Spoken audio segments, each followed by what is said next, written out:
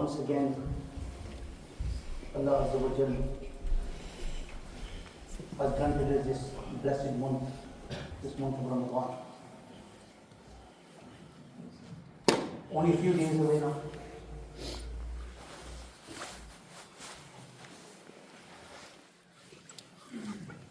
It's sad to say this, but the truth is the truth and the reality is the reality. You know, some Muslims today are so out of touch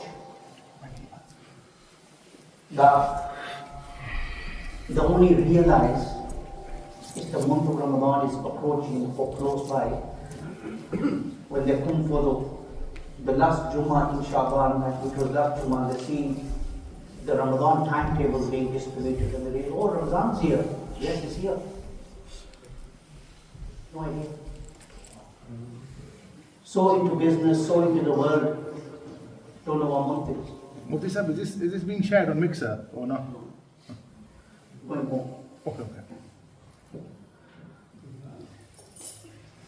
Reason for that is, obviously I can put it on right now. Reason for that is trying to encourage people to come in. Because what happens is almost every program over the last 2 years is already on Mixer.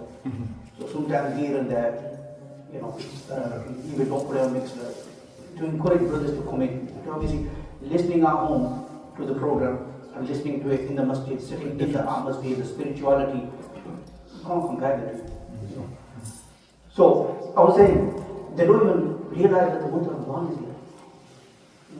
Some brothers, you know, they don't even come to the masjid, they don't even know Ramadan comes and goes and they don't even realize that we passed the month of Ramadan. Only at Eid time they realize, oh, Muslims are celebrating Eid. I mean, they're so out of touch, so into dunya, so into the life of sin. No idea. Jalaluddin Suyuti Rahmatullahi was a great scholar of Islam. He's written a commentary of the Quran which is called Durre Manfur. In there he mentions a narration speaking about the Sahaba, or the Sahabas, the companions of Rasulullah, their attitude towards the month of Ramadan. He says that Tabi'un used to say that Kanu yad'un Allah sittata ashhurin, that the Sahaba for 6 months they would make dua to Allah, they would supplicate to Allah that, oh Allah, keep us alive so that we can partake from the blessings of the month of Ramadan. Keep us alive so we can witness the month of Ramadan. 6 months of du'as. Today our attitude is that as soon as we do our best, whatever we do in the month of Ramadan, we come to the masjid, we recite Quran as much as we can, we perform our Tarawih Salah, we fast, we give in the path of Allah, we do whatever good we can. Our attitude today is that as soon as the month of Ramadan comes to an end, as soon as next day, or as soon as you hear, you know, that tomorrow is Eid, what happens? All of a sudden, the devil starts coming out. All of a sudden, people, you know, who refrain from sin, Muslims who refrain from sin, all of a sudden they go into all these chandrats and that's where immorality, shamelessness, there are so many gunas, accumulation of so many sins are taking place. And you know what? They destroy everything within an hour. And the next day they come for Eid Salah, they think we've performed our Eid Salah now, go outside, you know, hug everybody, embrace everybody, they think to themselves, you know what, I've done enough for the rest of my life now, I'm done for the rest of the year now, I've got the ticket to Jannah. And everything's been accepted by Allah. Look at the attitude of the Sahaba, the greatest people to have walked the face of this earth after the prophets of Allah. And you know what, their attitude towards Ramadan, you can't even compare the good deeds of the Sahaba with our good deeds. They're way ahead of us in terms of sincerity, in terms of quality, in terms of their actions. But the Sahaba's attitude used to be, they were so fearful of Allah that كانوا يدعون الله ستة أشهر أن يتقبلهم منهم, that for 6 months before Ramadan they would make dua to Allah that, oh Allah, let us see, let us live, let us see the month of Ramadan. And in 6 months after Ramadan they would keep making dua to Allah that, oh Allah, whatever good we did in the month of Ramadan, please accept it from us. 6 months of duas. This was the attitude of the Sahaba towards the month of Ramadan. So as brothers, as you are aware, that the month of Ramadan is a very blessed month. And you will continue to hear this, inshallah, over the rest of the weeks, over the rest of the month of Ramadan. And you'll hear this in Talim and you'll hear the virtues and benefits. Okay? My objective today is not to go through the benefits of fasting. I think there will be a few slides at the beginning in regards to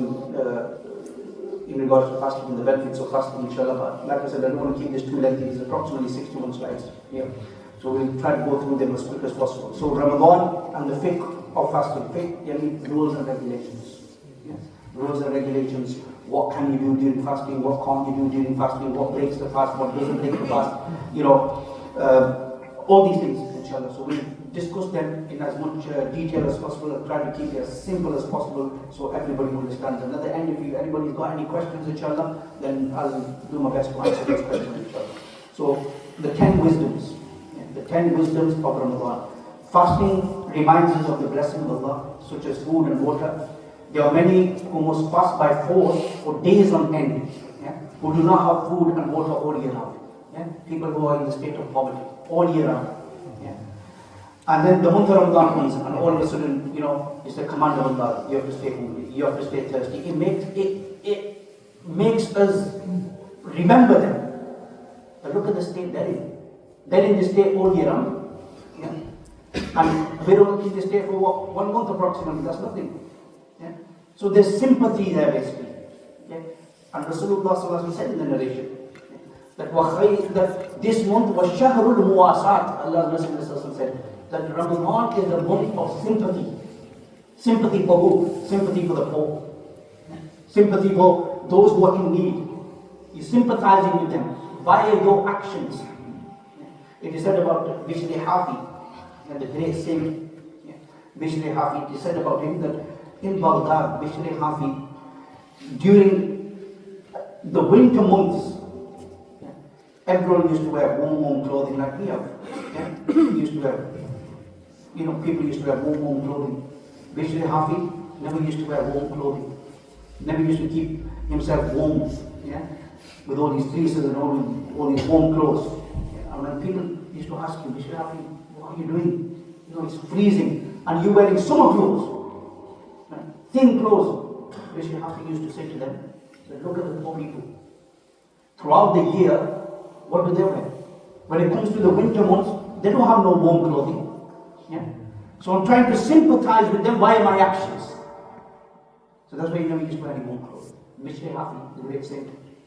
That Bishri Hafi, who used to be an alcoholic.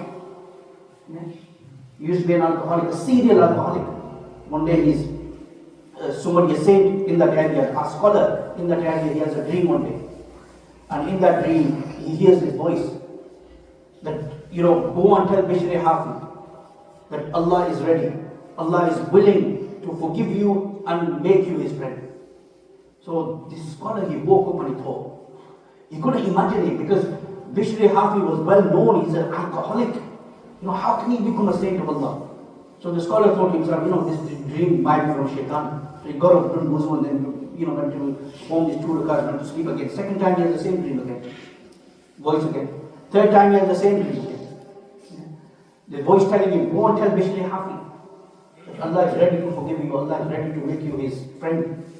So the scholar, then 3 times after having this dream, thought to himself, there must be some truth in this. And I must go and tell Bishri Hafi. So he gets up from there and he knew where Bishri Hafi was going to be. He's going to be in the pub, knocked out. And when he went to the pub, he saw Bishri Hafi was lying, he was in a state of unconsciousness. He was lying on the floor. So the scholar went up to him, brought Bishri Hafi into a state of consciousness, and he said to him, oh Bishop, I don't know what you've done. I don't know what you've done. But you've done something, and Allah is ready to forgive you, and Allah is ready to make you his friend. And what did Bishri Hafi do? That day, when he was heading towards the pub, on his way towards the pub, he had to drink, which was his practice every single day.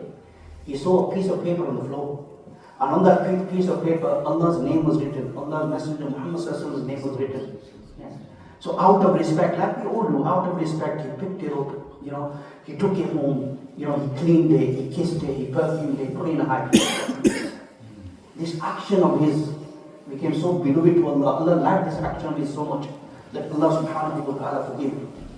And as soon as he heard this, that Allah is ready to forgive me, he had a pint and he had a glass in his hand of sharab.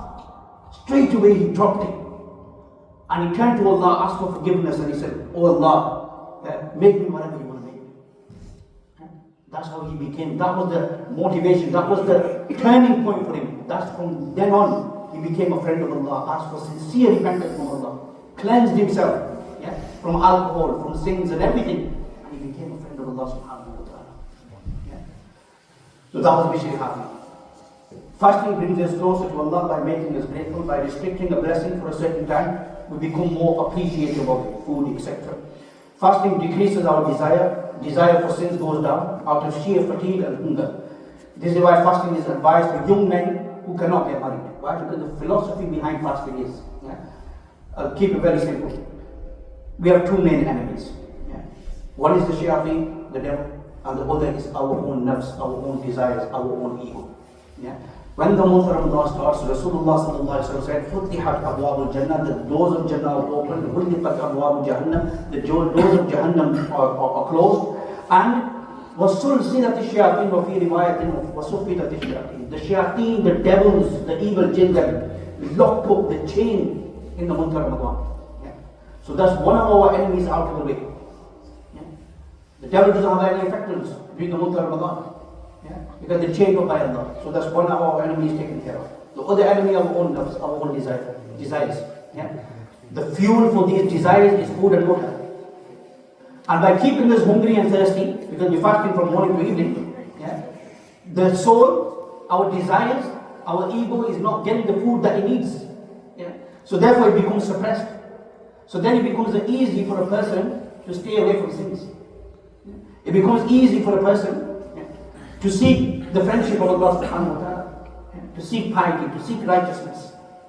This is why, my brother, our elders say that Ramadan, if somebody wants to, become good, if somebody wants to turn to Allah, if somebody wants to ask for forgiveness, if somebody wants to become a friend of Allah, if somebody wants to create taqwa, righteousness, piety within them, Ramadan is the best training field. The month of Ramadan, that's your training field. This is when you do it. Okay? So, that's why it says here that our desires for sins go down because of fatigue. Okay? Everyone begins to attend the masajid frequently, as we see worldwide. Alhamdulillah, look at the atmosphere that happens in the month of Ramadan. People are flooding the masjids around the world, alhamdulillah. We begin to pray the prayers on time and remember the times of prayer to the minute. Because everybody tries their best, and we should try our best that in the month of Ramadan, not just in the month of Ramadan, but every day of the year, we should try, for every single salah, we should try to perform our salah within the masjid. Brotherhood increases, we see each other regularly in masajid and in iftar parties. Okay? All of us are reattached to the Quran by either reading it or hearing it. We increase in our charity. That's what Rasulullah said, وَشَحْرُ الْمُوَاسَرَةِ. We increase in dua, especially at the time of iftar, because we know this is one of the times where Allah subhanahu wa ta'ala accepts duas. It gives us the realization that we can become better Muslims. Like I said, it's a training field. You realize, if I can do all this in the month of Ramadan, I can continue on for the rest of the year as well. What's stopping me from continuing it for the rest of the year? The benefits of fasting, spiritual, moral benefits. Above all, it is an act of obedience to Allah. That's the first and foremost. Okay, my Rabb, my Lord has commanded me to fast. I'm going to fast. End of story. Whether I understand the logic behind it, the wisdom behind it, it doesn't matter. It's the command of Allah. End of story. I need to fulfill that command of Allah. It trains believers in taqwa, being mindful of Allah and fearing Him by doing all that He ordered and avoiding all that He has forbade. It teaches an individual patience and sincerity. Rasulullah said that وَالشَّهْرُ الصَّبْرِ, the month of Ramadan is the month of patience. وَالصَّبْرُ ثَوَابُهُ الْجَنَّةِ, and patience, the reward of patience is Jannah. Physical benefits, it develops endurance and self-restraint, controls eating habits and keeps a person to stay in shape. Social benefits, it strengthens unity and equality between Muslims, teaches sympathy towards the poor and needy, empathy and sympathy with the poor who do not have food or drink, and those who cannot get married or cannot be with their spouses. Medical benefits, it rests the digestive organs and it gets rid of any accumulated waste, uses up stored cholesterol fats in the blood system, which is one of the causes of heart disease. It teaches an individual self-control from overeating and smoking, etc. You see so many non-believers today, they're fasting. So many non-believers, in workplaces, you probably know that they try to copy Muslims throughout the whole month of Ramadan. by fasting as well. Then we are beginning to do it as well. And the least, they get from that is at least they get the health benefits. They won't be getting the reward. They won't be getting the swap for it in terms of their hereafter. But yes, they'll be getting the worldly benefits attached to the action. Degrees of fasting in terms of your spirituality. The fast of the masses, okay? Not eating or drinking throughout the day. That's minimum in terms of, the power of fasting from a spiritual level. Okay. Second, the fasting of the elite. Okay. Preventing their eyes, their ears, their tongue, and other organs from the disobedience of Allah subhanahu wa ta'ala. This is what we should be aiming for. Yeah. That the fasting is not just about staying hungry, it's not just about staying thirsty. Yeah. We need to make all our organs fast. Fast in the sense our ears, fasting from what? Fasting from music, fasting from listening to backbiting, fasting from listening to evil. Yeah. Similarly, our ears, our tongue, and other organs, any disobedience of Allah subhanahu wa ta'ala, these ears and these bodily limbs should be fasting as well. Yeah. Then you have the fast of the super elite. Yeah. The fast of the heart from the thoughts of dunya and complete submission to Allah subhanahu wa ta'ala. Look at the friends of Allah subhanahu wa ta'ala, the great saints. People like Bishr Hafi left everything. Yeah. Alcohol, you name it, left sins. So much so that, it is said about Bishr Hafi. Yeah. That after he became the friend of Allah, after he asked for forgiveness from Allah, Allah forgave him, he became the friend of Allah, he gained the closeness of Allah subhanahu wa ta'ala. After that, Allah protected him in such a way that any time, his hand would turn towards, or his fingers would turn towards something which was makruh, something which was undesirable or a sin, momentarily Allah Ta'ala would paralyze his hand in order to save him from that sin. Yeah. That was Bishr Hafi talking about. Imam Ahmad bin Hanbal rahimahullah says that when Bishr Hafi passed away, when he died, there was an eerie silence that was perceived in the heavens and the earth. Yeah. And the skies were crying that Bishr Hafi has passed away. Such a great friend of Allah, such a great saint. Yeah. Components of a fruitful fast. Yeah. Not eating or drinking while fasting. Lowering your gaze. Okay. No arguing or fighting and avoiding sins. Pray all your 5 times daily salah on time. Study and learn Islamic knowledge like you are now. Okay. Recite and learn the Holy Quran. No smoking or vaping. Yeah. And this is your opportunity that you can try quitting for good. These bad habits. Don't waste time on useless activities. Do not listen to music. Do lots of dhikr. Make lots of dua. Give charity and help the poor. The fiqh, the Muslim Messiah, the rules and regulations of fasting. Okay. Definition, types of fast, etc. We'll go through this as we go along, inshallah. Yeah. Definition, what does it mean to abstain? Yeah. Literal meaning, to refrain, to abstain. Yeah. In other words, let's go back from here. The definition of, a fast breaking.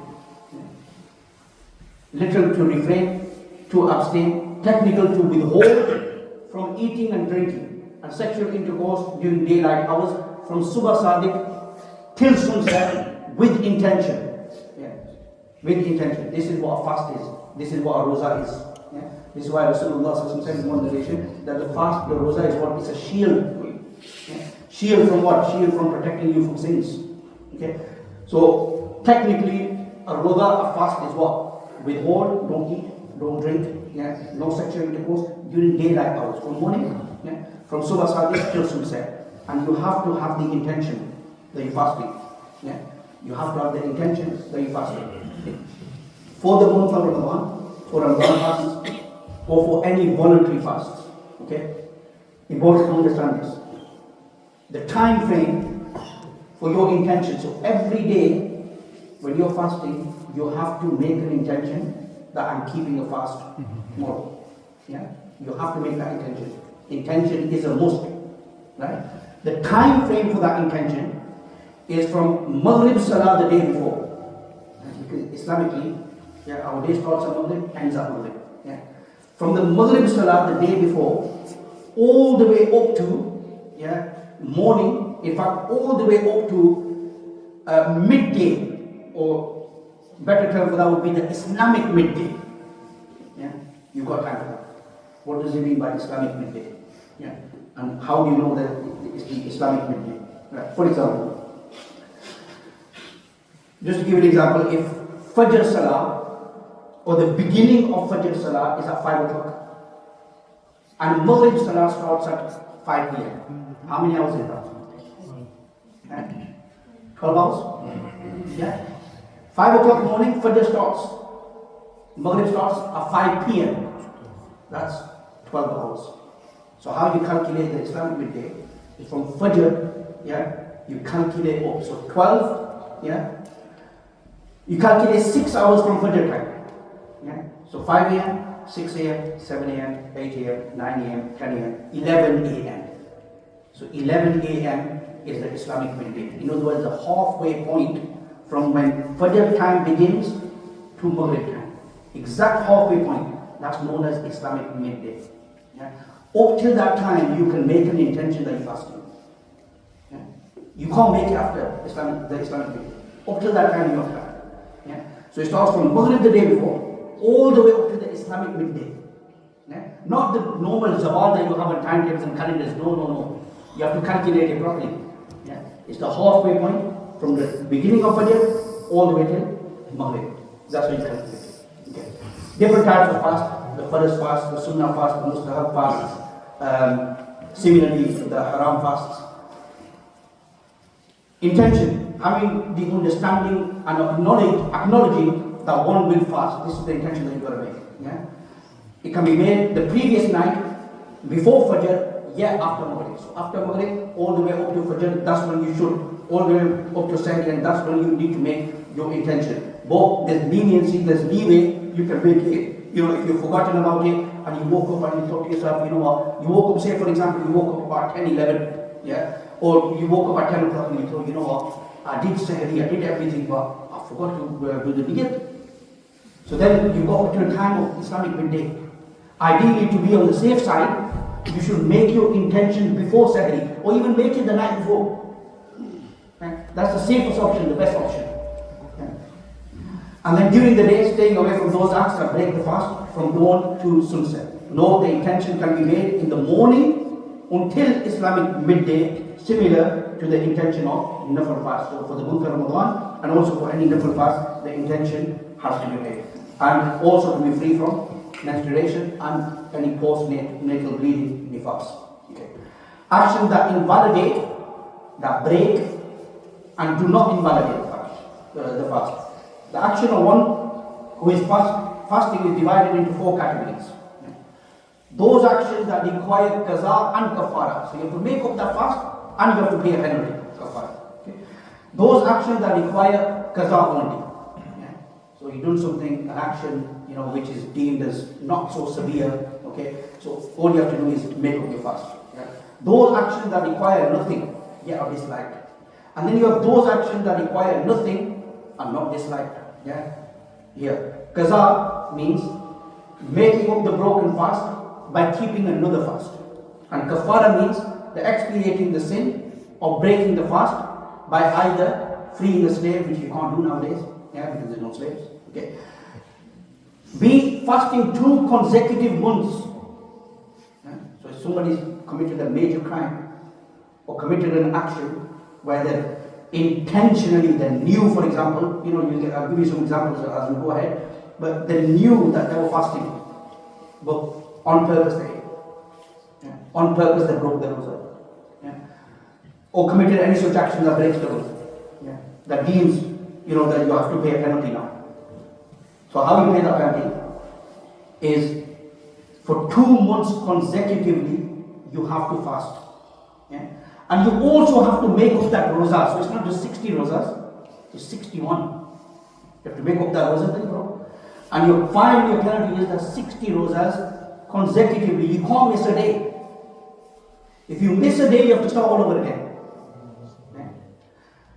And then the third option is, it's not an option, but if you can't fast for 60 days, for example, due to health reasons, you're so ill, you're so sick, you can't do 60 days, you just can't do it. Okay? Doctors have said you're too ill, you're too sick. This is the original punishment. If you're healthy, you're fine, you're young, you have to do 60 days. In fact, 61 days, making up that fast as well. But if for some reason you're ill, you're diabetic, or you have any other illnesses, and the doctor said you're too ill, then you've got the third option. Third option only comes in place then. The original is that you have to fast 2 months. Okay? So the third option that you've got is feeding 60 people, half a sack, 1.6 kilograms, which works out of wheat, each, or giving its equivalent monetary value to each person. 1.6 kilograms of wheat, is the same price as what we have as Sadaqatul Fitr today. Sadaqatul Fitr, if you look on your Ramadan timetable this year, and since a few years now, it's been the same price as £5. £5 is the Sadaqatul Fitr. That's the average price nowadays, of 1.6 kilograms of wheat. So either you feed 60 people, or you give them 1.6 kilograms of wheat each, or if you can't give them the wheat, buy the wheat for them and give them, then you give them the monetary value to each person.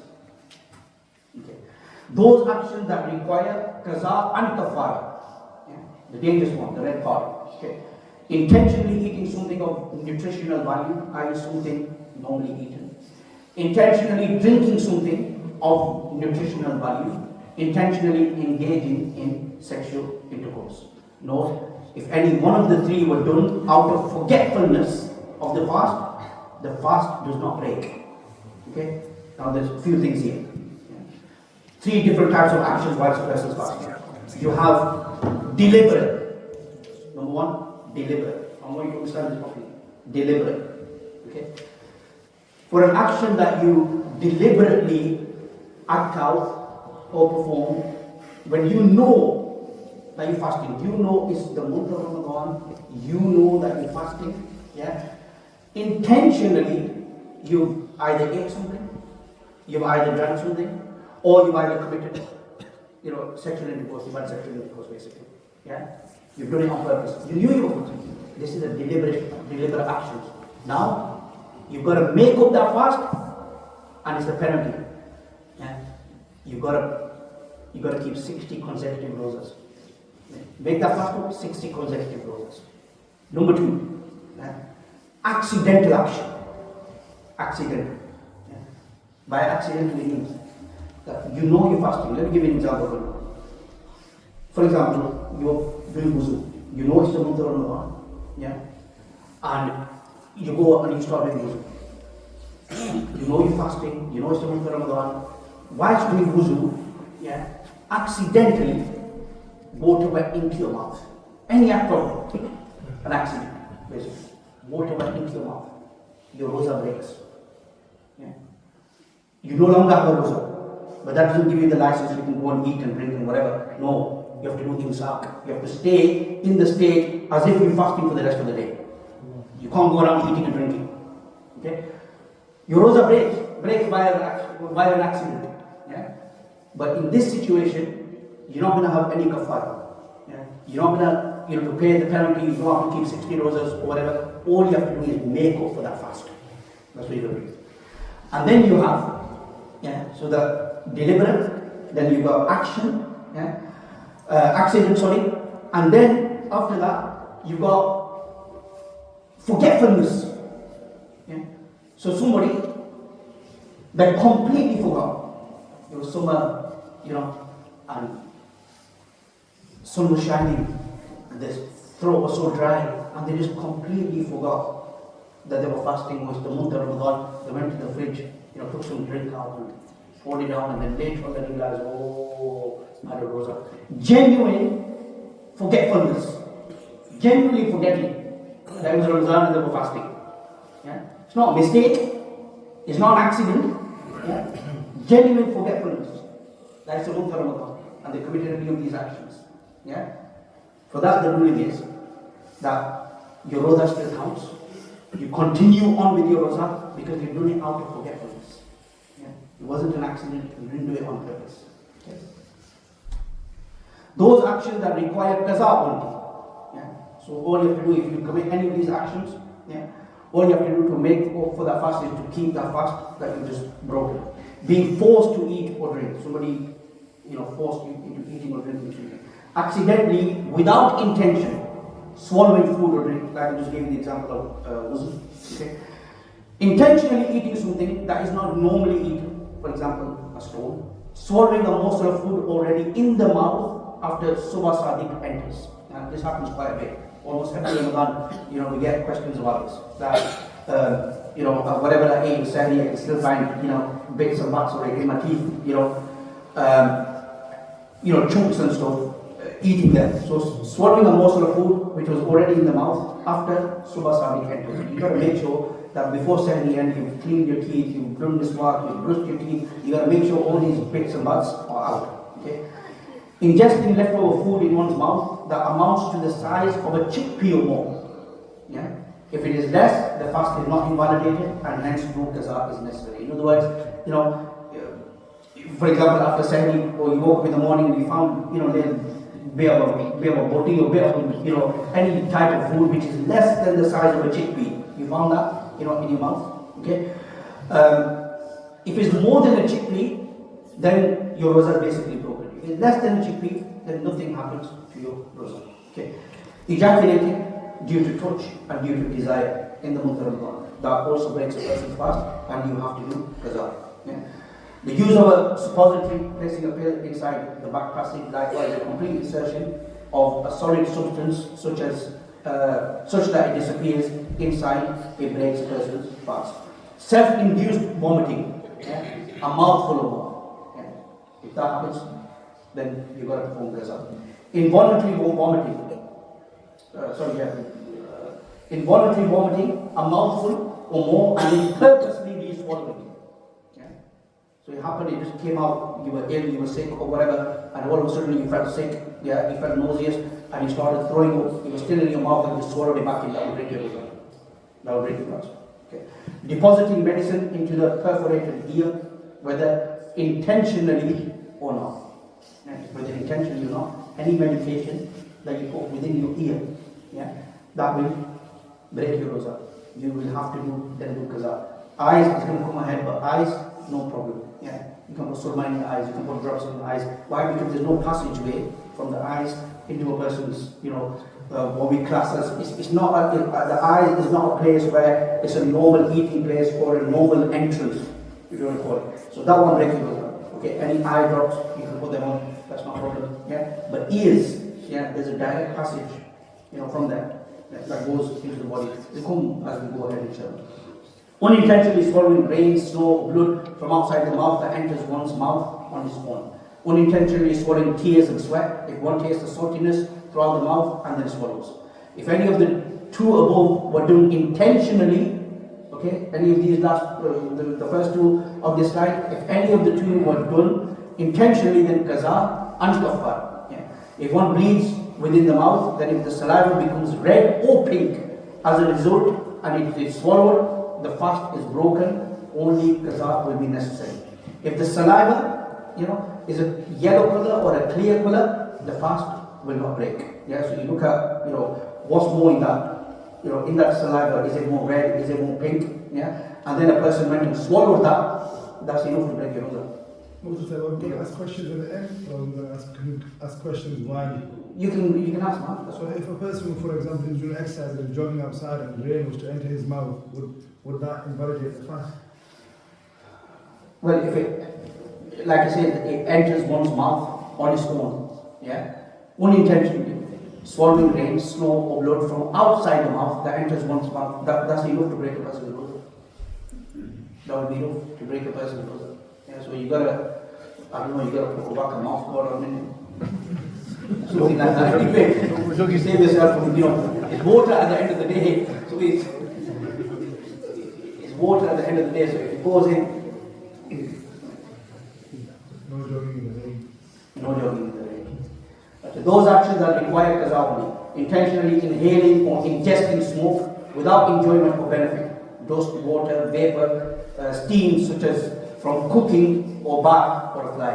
But you've got to remember here, is if somebody intentionally, right, anything, any scent or any smoke or anything like that which has a perceptible body, if you want to call it, if a person intentionally inhales that, intentionally, your roza breaks. You've got to do qaza. But if it's unintentional, perceptible body, something like a perceptible body, for example, we have the agarbattis. That's called perceptible body too. If somebody intentionally, this is why our masjid should avoid and I mentioned this so many times, our masjid should avoid, if you do it for the rest of the year, that's a different case, but in the month of Ramadan, at least avoid putting other batti on in the masjid. Okay? Or any such nowadays modern, the scents that we get. Avoid putting them on. Because if a person intentionally, you don't know people, some people, they come in intentionally, buzzing off it, yeah, then he's going to break the rosa. And you're going to be a cause of that. Okay? So intentionally, if a person inhales it inside, even women at home, yeah, food for example, they're cooking food, yeah, intentionally going down and inhaling it all up inside and buzzing off it, oh that smells so good. Yeah? That's enough to break a person's rosa. But if it's unintentional, you walked into the kitchen, wife was making some food or mother was making some food at home and it went up into your nose, it's unintentional, that wasn't your yeah? If somebody takes some perfume, for example, you can put deodorants on, you can put perfumes on, you can put fragrances on, no harm. But if you take that fragrance and squirt some up your nose, the buzz of it, results harm. Similarly, smoking will break your rosa. For smoking, vaping, you're gonna have to make up that fast, and you're gonna have to give a penalty, and you're gonna have to give a kafara. Yeah? So vaping and smoking, remember that instance. Sorry. So after deodorant, not intentionally inhaling, but a few seconds later in the room you can smell it. That's no problem. That's no problem. That's no problem. No. That's no problem. You're not intentionally taking it in, you're not intentionally buzzing off it. It's in the room, what can you do about it? Those actions that require nothing yet or distract. Tasting food or chewing, but not swallowing without a valid excuse. Being thorough in rinsing the mouth, nose, and in wuzu, as it is risking the entrance of a foreign substance into the body through a passageway which could break the fast. Intentionally gathering spit in one's mouth and then swallowing it. Okay? So these, actions that, nothing happens basically, but they're not liked, they're disliked. Okay? Because one thing then leads to another. Delaying the sahri to such an extent that one has doubt in the remaining of the night. Kissing, touching, or hugging one's wife whilst not feeling secure from ejaculation or intercourse. Doing anything that one thinks will weaken him to the point of breaking the fast. Brushing the teeth with toothpaste. Now, the masla about it, a lot of people ask this question in the month of Ramadan. Yeah? That can we use, especially people who go work at school and colleges and universities, can we use mouthwash, can we use toothpaste in the month of Ramadan? Yeah? If you can 100% guarantee that you won't swallow any bit of it, go ahead. But if you can't guarantee that, stay away from it. Simple as that. Because if any part of that toothpaste or any part of that mouthwash goes down, your rosa is lost. From the few slides ago about the saliva being bloody. Yeah. So if you've got, for example, you felt a bit of saltiness in your mouth, or you may have got put inside your mouth and whatever. If you look at the saliva, if it's mainly coloured, most of it is coloured as pinkish towards a pinkish and reddish, and then you swallow that, instead of spitting it out, you swallow that back in, your rosa breaks. Okay? If it's a clear colour, a yellow colour, and you swallow that back in, your rosa won't break. What if you don't know what colour it is? You should know what colour it is, You're making a problem to know what colour it is. Yeah? But obviously if that happens, then if something that you don't know about, then you don't know about it. Those actions that require nothing and are not distract. The following do not break the fast: eating, drinking, or indulging in sexual intercourse whilst having forgotten about one's fast, like I explained to you before. Yeah? There's a difference between deliberate, forgetting, and accident. Okay? However, one must immediately stop the act of remembering. Failure to do so will result in breaking the fast and necessitating a qaza and a kafara. Swallowing the wetness left over from rinsing the mouth with one's saliva. Water entering through one's pores. Vomiting involuntarily, whether mouthful or less. Blood cupping, hijama, drawing blood as long as it does not weaken him. Similar with injections. A lot of people ask during the month of Ramadan, or I've got a blood test. Nothing, no harm. Yeah? You can go for your blood test. It's not going to harm you fast in any way. Using the miswak, even if used at the end of the day. Rinsing the mouth and the nose without any water proceeding down the throat. Okay. Those acts that require nothing and are not distract, again, continuation of that. The secretion of the nose, mucus proceeding down one's throat when sniffing. Placing a wet garment on one's body or taking a bath due to heat.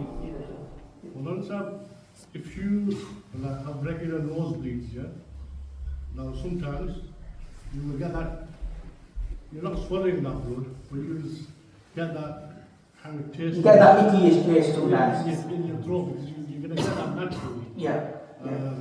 Would that make it? No. That's not going to You're not swallowing the blood. Yeah. If you intentionally swallow it, you know there's blood there, and you intentionally, then it's a gunner. Yeah, but if it just goes there and you still feel that little bit of taste up into your nose. Coppery taste. Exactly. And you feel that coppery, but you didn't realize when it went in and how it happened. Yeah. But sometimes you can feel it between your nose and between your throat somewhere, you can feel it there, and a person on purpose, like, proper, make sure it goes right down. Then you do that intentionally, you know. Right, being in a state of janaba, impurity, when subah sadiq enters. Oiling one's body as absorption through skin pores does not break a person's fast. Applying surma, any medication, etc., in the eyes, this does not break the fast because it's not a natural, passageway into the body. Modern injections and eye drops do not break the fast unless the injection is applied to the stomach or head, like in dog bites. Okay? The same applies to nicotine, tobacco, birth control, patches, IV drip, etc. So basically, if you're on nicotine patches or any other patches, you can put them around your body. That will not break your roza in any way. Similarly, you're on IV drips in hospital, you're on IV drips. That will not break your roza in any way. Insulin injections. The masala about insulin is that and this is a lot of diabetics ask this in the month of Ramadan, that as long as you don't inject it directly to the stomach, because there's two main passageways, you got to remember that, by which your roza becomes, you break your roza basically. One is your head, your brain, and one is your tummy. So your insulin injections, as long as you put them in any other part of the body, not directly into the stomach, your roza is okay. If you inject insulin directly into your tummy, your roza will break. Patches, like I said, nicotine patches, etc., birth control patches, they're all fine. IV drugs, etc. The mere entry of a medical test tube into the stomach and then removing it will not break the fast. Somebody fasting means to withhold from eating, drinking, and sexual intercourse during daylight hours from subah sadiq till sunset with intention. Intentionally eating, drinking, or engaging in sexual intercourse will require qaza and kafara, and doing the above out of forgetfulness or excused and forgiven. A mistake will require qaza only, no kafara, no penalty. Anything that risks the fast being broken will be disliked. Okay, some examples here. Let us quickly just go through them. Acupuncture, it doesn't break your roza. There's reasons written there. I wouldn't want to go through them. You can, see on the slides. You can try to read them yourself, inshallah. Acupuncture doesn't break your roza. Asthma pump, yes, it will break your roza. Asthma pump will break your roza. So if, for example, somebody in the month of Ramadan had an asthma attack, obviously, what they've got to do is they've got to reach out for that asthma pump now. They've got to save their life. Yes, the roza will break, but there's no kafara. They only have to make up for that fast later. Contact lenses, no, they don't break your roza. Creams and lotions, no. Deodorant, no. Eardrops, no. Endoscopy, yes, it will break your roza. Endoscopy, it will invalidate the fast because it entails the use of a solution spray into the throat. That will invalidate a person. They put that spray into your throat. That's to break a person's roza. Extracting blood test, no. Doesn't break the roza. Eye drops, no. Injections, no. Intravenous, IV drips, no, they don't break your roza. Lightning incense, that doesn't break your roza. Like I explained before, agarbatti, for example, unintentionally the smell is going up to your nose, it doesn't matter, your roza won't break, but intentionally taking it inside, that's enough to break a person's roza. Lip balm, doesn't break your roza. Makeup, no. Mouthwash, depends, like I explained to you before. As long as you know for certain it doesn't go down your throat, toothpaste doesn't go down your throat, no harm, you can use it. Nose spray, yes, nose spray will break your roza because these enter the digestive system from the nose, which is an invalidating entry. Patches, no. Pills and tablets, yes, they will break your roza. Smelling food doesn't break your roza.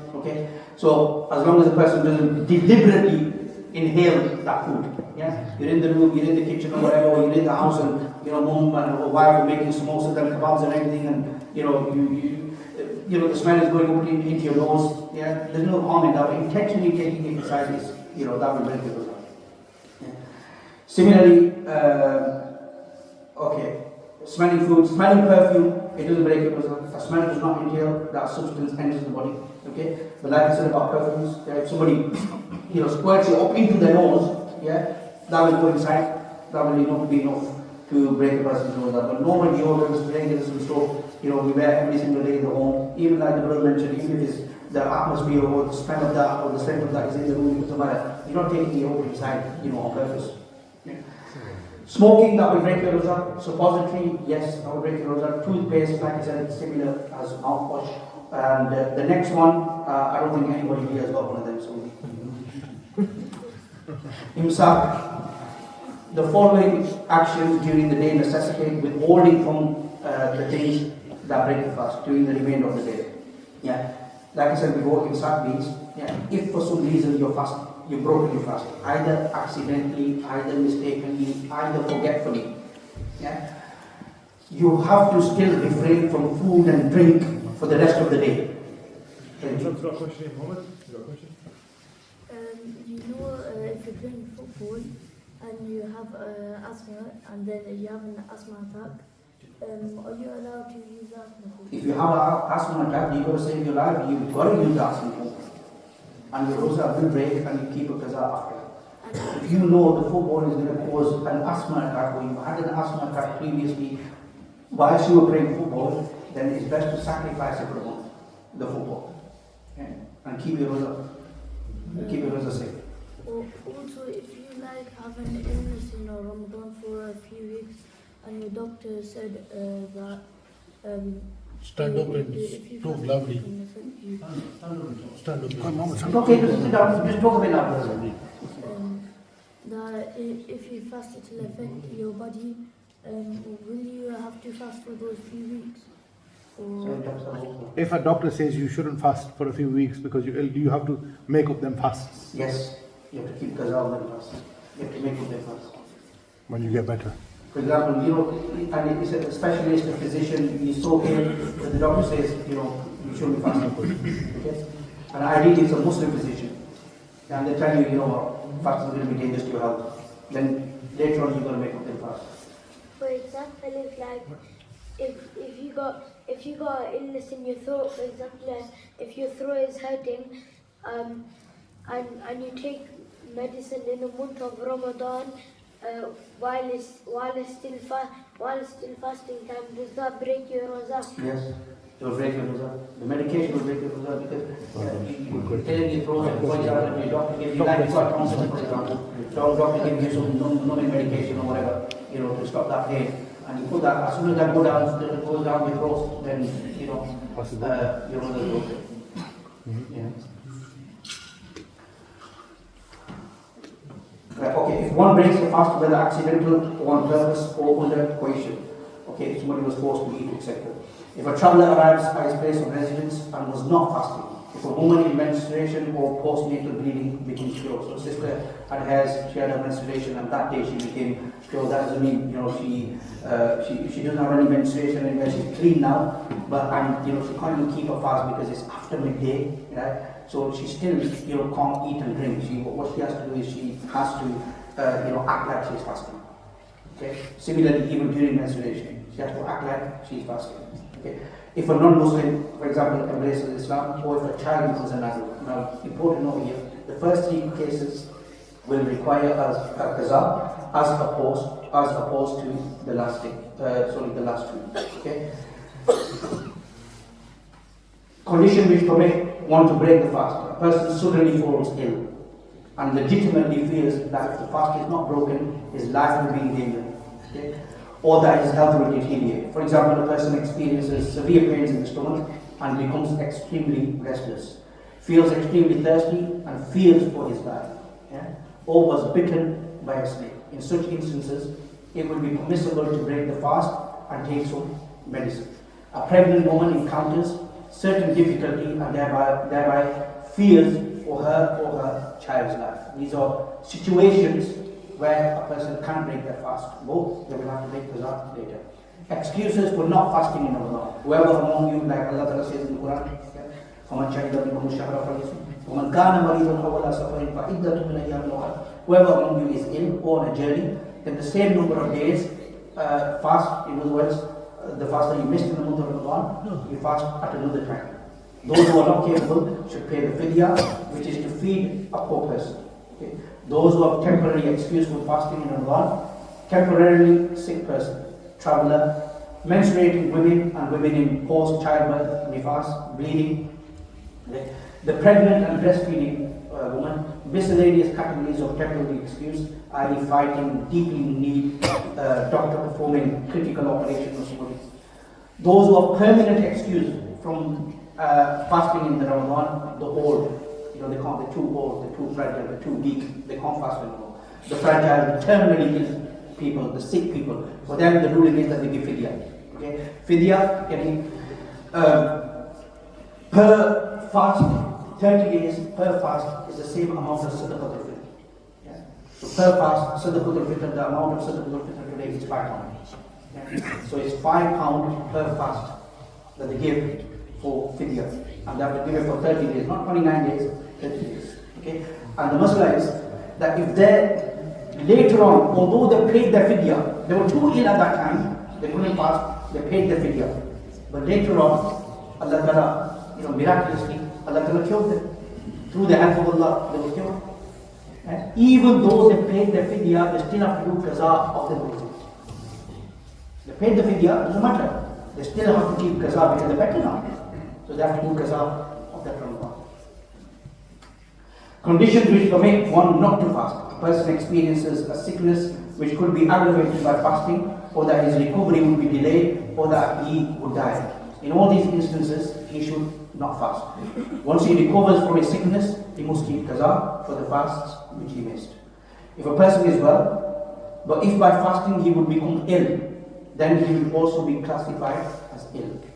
However, this concession cannot be obtained by mere speculation or guessing. Instead, one should, number one, consult a reliable Muslim doctor, okay? Or have the past experience or notice certain signs whereby his heart says that fasting will be detrimental to his health. Somebody who's encountered this a few times, they know what their situation is. When it says that they have a person has a sickness which if he fasts he would die or his recovery would be delayed, what if by the time they recover they're already old, like very old, and they are unable to fast from that? Yeah, if they're too ill, if they're too light, we done on the last slide, if they're too ill or they're too weak or they're too fragile, they can't fast at all, like really elderly people, yeah, then they don't need to fast, they can give their fidya. Yeah. Per roza, same amount as sadaqah al-fitr, the £5 per roza. If you have a baby sibling or a daughter or a son and you're fasting, and if they can't eat by themselves, if you choose the food for them to give them to eat, will it break your fast? No, because you're not eating it, the baby's eating it. So, it doesn't break your fast. As long as mom's not here, dad's not here, baby, you have a break, it's my turn, and you took it in, then you roast the If a person is traveling, he must make qaza of the missed fast whenever possible. Traveling here means one must have the intention of traveling approximately 48 miles or more. If by traveling the person will not experience any difficulties by fasting, it will be preferable to fast. And this is the reality. We live in the UK here. Yeah. If you're traveling around this country, for example, the ease of travel now, the modes of travel now, it is so easy. 48 miles comes, you don't even realize. Yeah. So if you're a traveler, for example, you have an intention of traveling 48 miles or more, yeah, and you know it's not going to be a very difficult journey, yeah, instead of missing your fast, keep it. A person did not fast due to some sickness and passed away in that very sickness, or a traveler did not fast and passed away before he could reach his destination or before he could return home. In both cases, they will be absolved from making qaza. This is because they did not get the opportunity to make qaza of the fast, which they had left out because they passed away. Okay. If he did get an opportunity, then he will be accountable for those days that he didn't keep them rosé, yeah, or delayed them. A pregnant or a breastfeeding woman, if she fears for her own life or the life of a child or another child she is breastfeeding, she must make qaza of the missed fast at a later date. Yeah. So pregnant woman, for example, she won't be able to, if she thinks she can't hang the fast. Okay.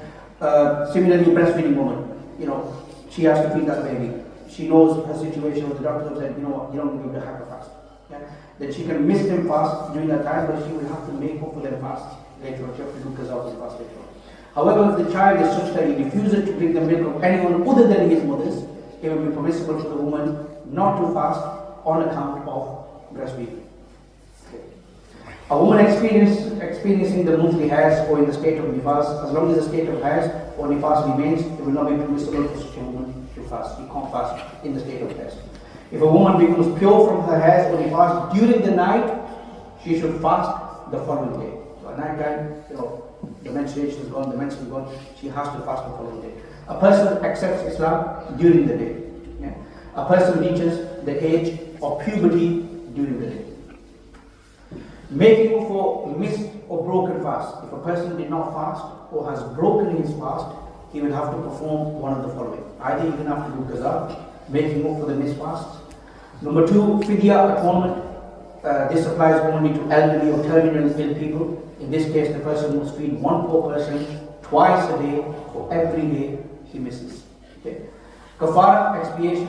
If somebody intentionally breaks his fast, for example, via sexual intercourse, then that person must either free a slave, which doesn't happen nowadays, or fast 2 months. Yeah, that's the first priority. That's what you got to do. Okay.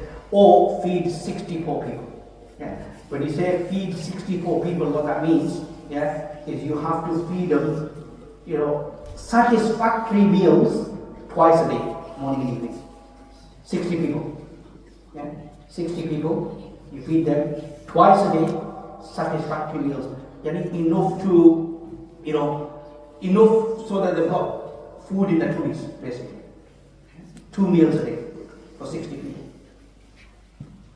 Kafara, more details about kafara.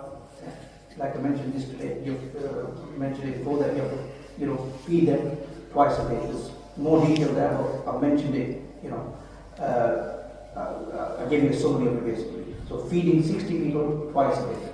Okay. Or the other option you've got is you can feed one person 2 meals a day over 60 days. That's another option if you can't find 60 people. Okay. But if you give, for example, if you give one person, for example, you give them everything in one day, all 60 days that you were going to feed them with, it's not 60 meals, it works out to more than 60 meals, So if you give them all that in one day, only 1 day's kafara will count. Only 1 day's kafara will count. It has to be over 60 days if you're giving it to one person. So it's more easier to give it to 60 people.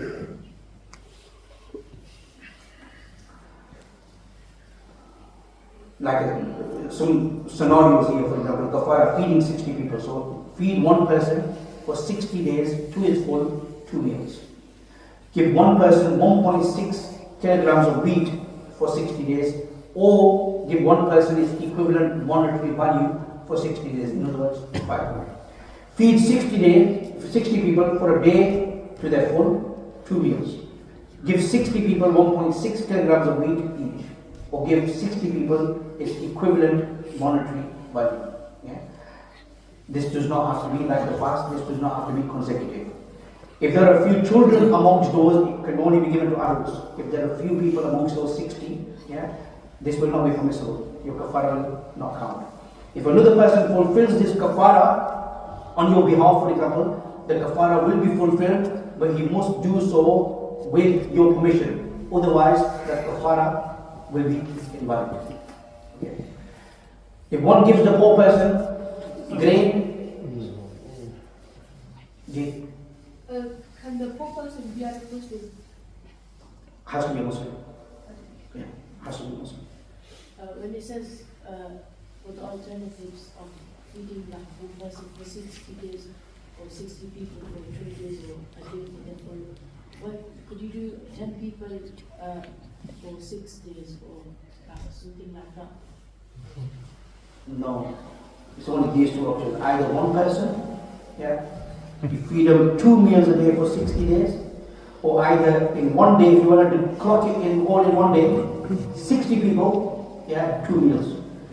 Okay. Okay. Fidya, been through Fidya already. Like I said, this year it works out to the Sadaqatul Fitr is £5. So anybody who's giving Fidya, we've got elderly in the house, it works out to £5 per person. Yeah. So either you can feed one poor person with 2 complete meals, yeah, or either you give that value of Sadaqatul Fitr in cash. Okay. Tarawih, right. Tarawih, like I said, there's about 20 slides here. I'm going to keep it very short and very brief. Okay, already for me to put the line. Tarawih, like I mentioned in Jummah, Tarawih 20 rakats, Tarawih Salah is Sunnat-e Muakkada. Sunnat-e Muakkada. Sunnat-e Muakkada basically means an emphasized Sunnah. Yeah. The ruling of an emphasized Sunnah is that if a person intentionally, if a person without a valid Shari'i reason, a reason which the Sharia deems as valid. Yeah. For example, you're too ill, you can't perform Tarawih Salah. Yeah. For example, you're too weak, yeah, you can't perform 20 rakats Tarawih Salah.